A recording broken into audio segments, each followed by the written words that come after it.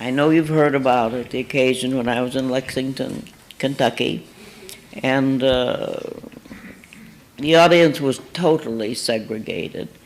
I did not, foolishly, I didn't think about it because I was so busy with the company, and that has saved me so many, many times. I was just too busy to get into what I considered the small things.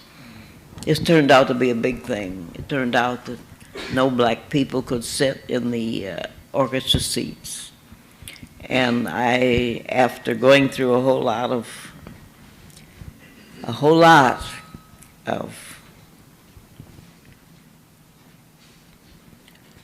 resistance, threats, you name it. I did everything possible to be able to get on that stage and feel good about it. And I couldn't win then.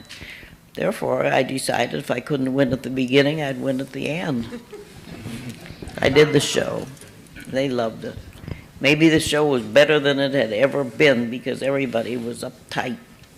And in the end, I told them we would never come back until we could appear before people who were sitting next to each other. People of my color were sitting next to people of your color. A lot of people in the audience didn't know it. They had no idea that this was the case. And this is one thing I have to say, you have to be very, very careful about racism.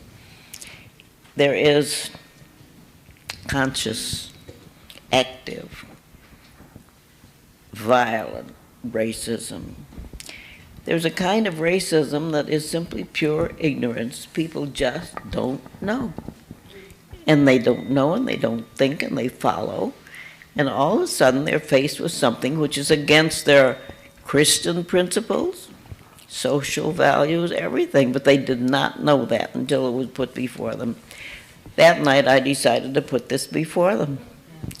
Pinned on the back of one of my fancy little skirts, no whites allowed. I think that's what it said. Which was sort of a rude thing to do, I know. But I was so upset.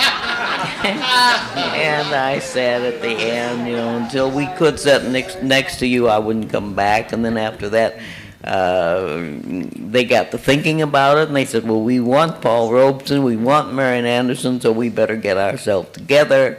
And they got themselves together, and they sat next to each other, and none of it rubbed off, so they were very happy.